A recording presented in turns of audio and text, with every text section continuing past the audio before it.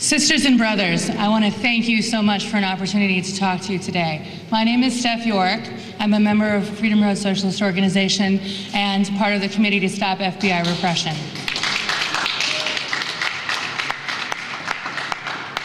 Myself and all of the people who are standing here today were subject to either FBI raids or subpoenas on the morning of September 24th. The FBI carried out raids on 5 homes and 1 office in Minneapolis, 2 homes in Chicago, at the same time visiting several activists from Michigan, California, Arizona, Milwaukee, and North Carolina. More than 70 federal agents were involved in these coordinated actions. Agents armed with search warrants invaded people's homes and seized computers, cell phones, papers, pictures, even things like music CDs and T-shirts with the word Palestine on them. They seized sign-up lists, address books, and the anti-war committee database.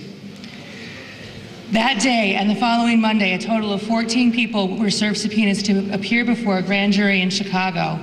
The following week, the FBI visited more activists at their homes and workplaces, asking them about the activists who are being targeted in this investigation.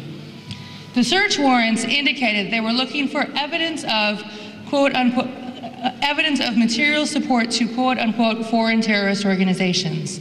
The warrants specifically named the FARC, the Revolutionary Armed Forces of Colombia, and the PFLP, the Popular Front for the Liberation of Palestine.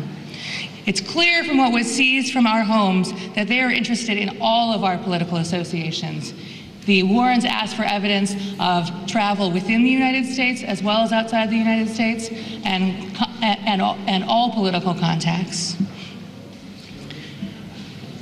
We know that we are not the first people to be targeted in this way by these material support laws. We know that since 9/11, Arabs and Muslims have experienced a full front attack, and now they're going after the anti-war movement. So who are the people who were raided or subpoenaed? We're organizers in the anti-war movement. We have deep roots in our communities. We have in common that we worked together to organize the anti-war march on the first day of the Republican National Convention in St. Paul in 2008. Some of us are members of Freedom Road Socialist Organization and publish Fight Back newspaper. Tens of us are union members, and most of us are parents. As you know, the anti-war movement is a very broad one. And like you, we make flyers, visit congresspeople, organize protests on the days of action, and within that, we share a perspective of international solidarity. We prioritize building people-to-people solidarity. Some, but not all of us, have traveled to places like Colombia and Palestine, and we bring back to the U.S. the stories and pictures of people most affected by U.S. militarism and war.